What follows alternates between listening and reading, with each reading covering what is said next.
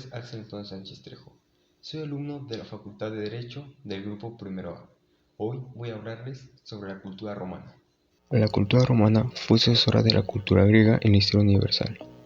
Se desarrolló en la península itálica, la cual se encuentra al sur de Europa. Sus límites en la antigüedad fueron el norte con los Alpes franceses, en el sur el mar Jónico y el mar Mediterráneo, en el este el mar Adriático y el oeste el mar Tirreno. El idioma utilizado por los romanos fue el latín. Algunas de las aportaciones más importantes de los romanos fueron los puentes, el calendario juliano, el hormigón, las basílicas y el derecho romano. El derecho romano. El derecho romano son las normas y leyes jurídicas que fueron aplicadas a los ciudadanos desde la fundación de Roma hasta mediados del siglo VI después de Cristo, cuando el emperador Justiniano I reunió todas las compilaciones jurídicas previas en un solo ordenamiento jurídico llamado Corpus Iuris Civilis. Las fuentes del derecho romano. Costumbres. Son todas las costumbres que pasaron de los fundadores de Roma a las siguientes generaciones a través de la tradición oral. Por lo tanto, no existe un registro escrito de estas normas. Fuentes extrajurídicas. Se refiere a todo registro escrito de las prácticas jurídicas romanas, como los testimonios de historiadores antiguos, escritores, filósofos y oradores. Las fuentes justinianas son todas las recopilaciones ordenadas por el emperador Justiniano I en el Corpus Iuris Civilis. Derecho público y derecho privado. El derecho público es la parte del ordenamiento jurídico que regula las relaciones entre las personas o entidades privadas con los órganos que ostentan el poder público cuando estos últimos actúan en ejercicio de sus legítimas potestades. Derecho privado es aquel que se encarga de regular las relaciones entre los particulares, las cuales son planteadas en su propio nombre y beneficio. Se trata de una rama del derecho constituida por el derecho civil y el derecho mercantil. Características del derecho romano. Tiene tres preceptos básicos. Es tradicionalista porque aunque la forma de administrar la ley cambie, las instituciones y leyes fundamentales no lo harán. Es formal, con esto se refiere a la rigidez del acto jurídico.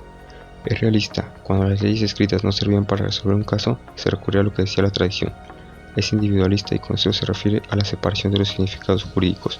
Y es sencillo porque tiene facilidad para aplicar la ley. Periodos del derecho romano. Periodo arcaico. Es la etapa que corresponde a la fundación de Roma, cuando las leyes eran costumbres y tradiciones orales llamadas costumbres de los ancestros. Estas leyes no escritas eran administradas por los pontífices. Durante este mismo periodo se hizo necesario tener leyes escritas, lo que impulsó la creación de la Ley de las 12 Tablas, que se convirtió en el primer texto jurídico de los romanos. Periodo preclásico. En esta etapa la administración de la justicia ya no le corresponde solo a los pontífices, sino al pretor, la figura de mayor autoridad después del cónsul, el magistrado de mayor importancia de la época. Durante esta etapa surge el ius civile, que era un complemento para las leyes de los ciudadanos romanos, y el ius gentium, que era para los asuntos de los peregrinos. En este periodo también se reconoce a quienes se han dedicado al estudio de derecho como jurisprudentes, y se les considera poseedores de un saber reconocido socialmente. El periodo clásico se caracterizó por la aplicación de la ley de proceso formulario y un nuevo sistema legal basado en fórmulas.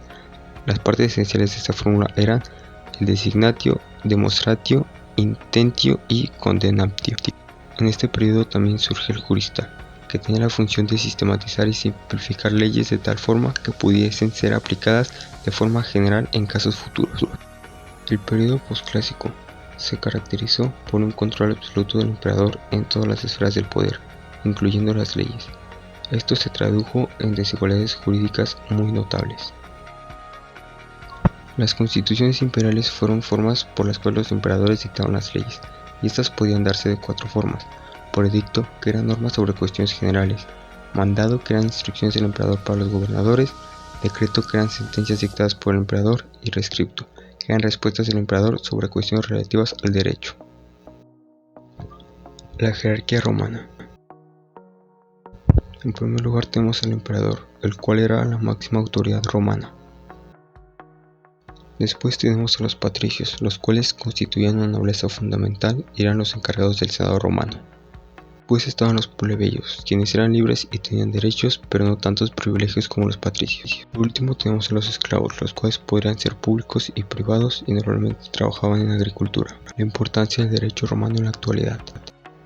La figura del jurista. Su función es la modificación o creación de normas jurídicas congruentes a las necesidades de la sociedad. El derecho anglosajón. Se aplica en países donde el derecho privado es mínimo y es usado por los jueces para emitir fallos que se basan en fallos anteriores que sean similares. El derecho canónico. Es una ciencia jurídica que conforma una rama dentro del derecho, cuya finalidad es estudiar y desarrollar la regulación jurídica de la Iglesia Católica. La patria potestad es el conjunto de derechos que la ley confiere a los padres sobre las personas y bienes de sus hijos no emancipados, así como el conjunto de deberes que también deben cumplir los progenitores. Y el Senado, un órgano político en el que están representados los distintos territorios de un país y que se encarga de perfeccionar, aceptar o rechazar los proyectos de ley.